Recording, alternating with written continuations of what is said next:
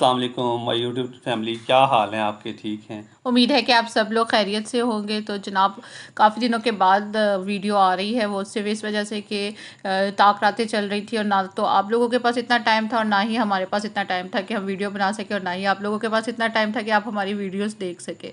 तो जनाब, आज है 27वीं की रात। अल्लाह ताला हम सब की टूटी फूटी बातें कबूल करे। आमीन हम सुम्मा तो आमीन। गुनाहगार बंदे हैं, लेकिन अल्लाह ताला हमें बहुत दे रहा है, बहुत दे रहा है। तो अल्लाह बस पाक अपने इनामात से हमें इसी तरह नवाजता रहे। हम इस आमीन। काबिल तो नहीं हैं, ना हमारी इबादत इस काबिल हैं, लेकिन फिर भी अल्लाह पाक अपने ख़जाने में से हर बंदे को अपने हिसाब से नवाजता है। तो अल्लाह पाक सबको इसी तरह नवाजता रहे, आमीन।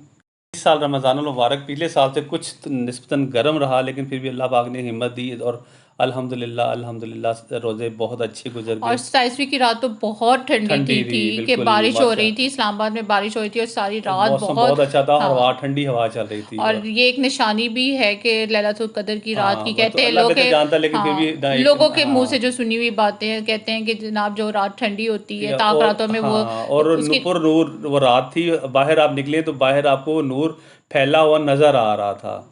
तो बस ये अल्लाह पाक सबको ये रात ताक ताक रात और खसूसन शब कदर की रात अल्लाह पाक सबको नसीब फरमाए, आमीन आमीन सुम सुमा आमीन। आमीन।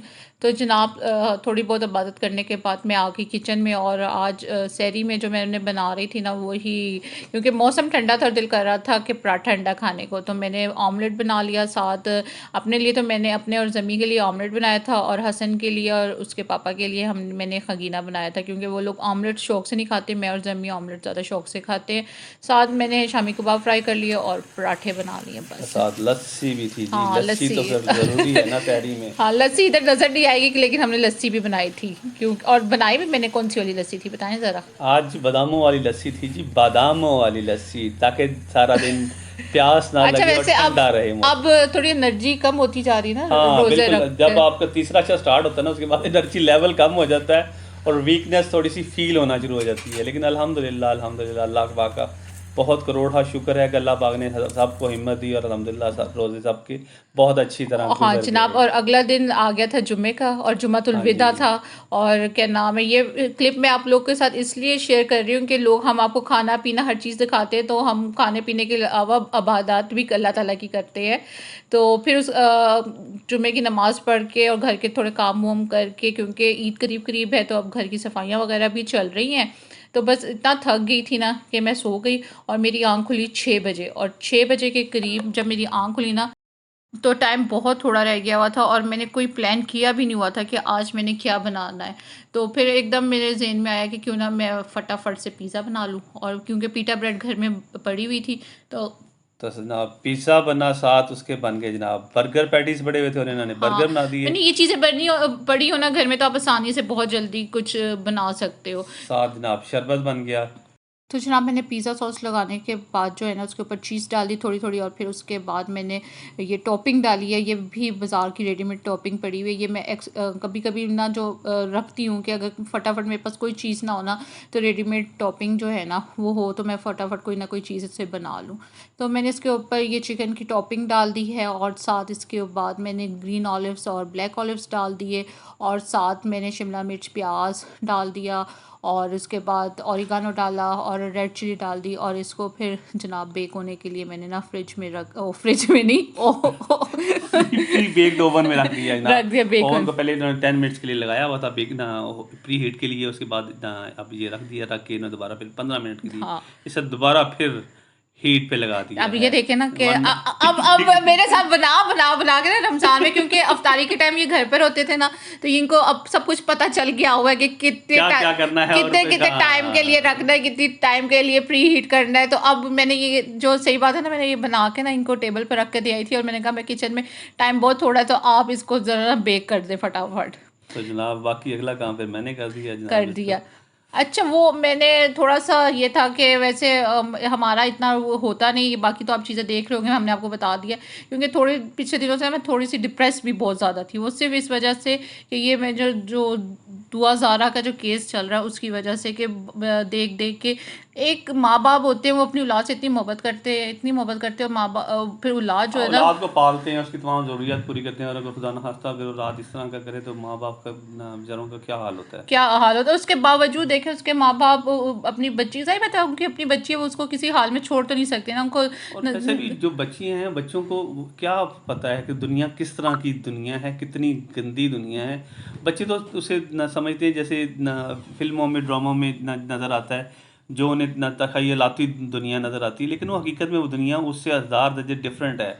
और वो न माँ बाप को तो नज़र आता है लेकिन बच्चों को वो नज़र नहीं आता, इसलिए माँ बाप ज़्यादा दुखी होते हैं और वो नहीं चाहते कि हमारे बच्चे इस हालात में इस तरह के लोगों के हाथों में चढ़ जाएं।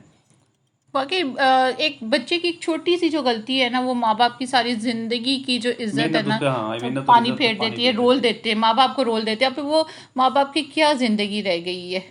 और देखिए अगर बाज़ जगह कहते हैं कि जी माँ बाप सख्ती करते थे, तो माँ बाप सख्ती क्या करते हैं बच्चे अपनी की। औलाद की देखिए, अपनी औलाद की बेहतरी के लिए सख्ती करते हैं ना। वो माँ बाप को अपनी औलाद से कोई दुश्मनी तो नहीं है ना कि वो अपनी औलाद के साथ दुश्मनी करें और उनके साथ ज्यादती करें, उन पर मारपीट करें। अब बच्चों की भलाई के लिए अगर माँ बाप को समझाते हैं तो बच्चों की भलाई के लिए समझाते हैं। बस अल्लाह पाक से ये दुआ करनी चाहिए कि अल्लाह पाक सबके बच्चों को अपने हिफ्ज़ अमान में रखे और अपनी आमीन सुम्मा दुनिया आमीन। इस दुनिया जो इतनी गंदी दुनिया है इससे अपनी बचा के रखे। आमीन सुम्मा आमीन।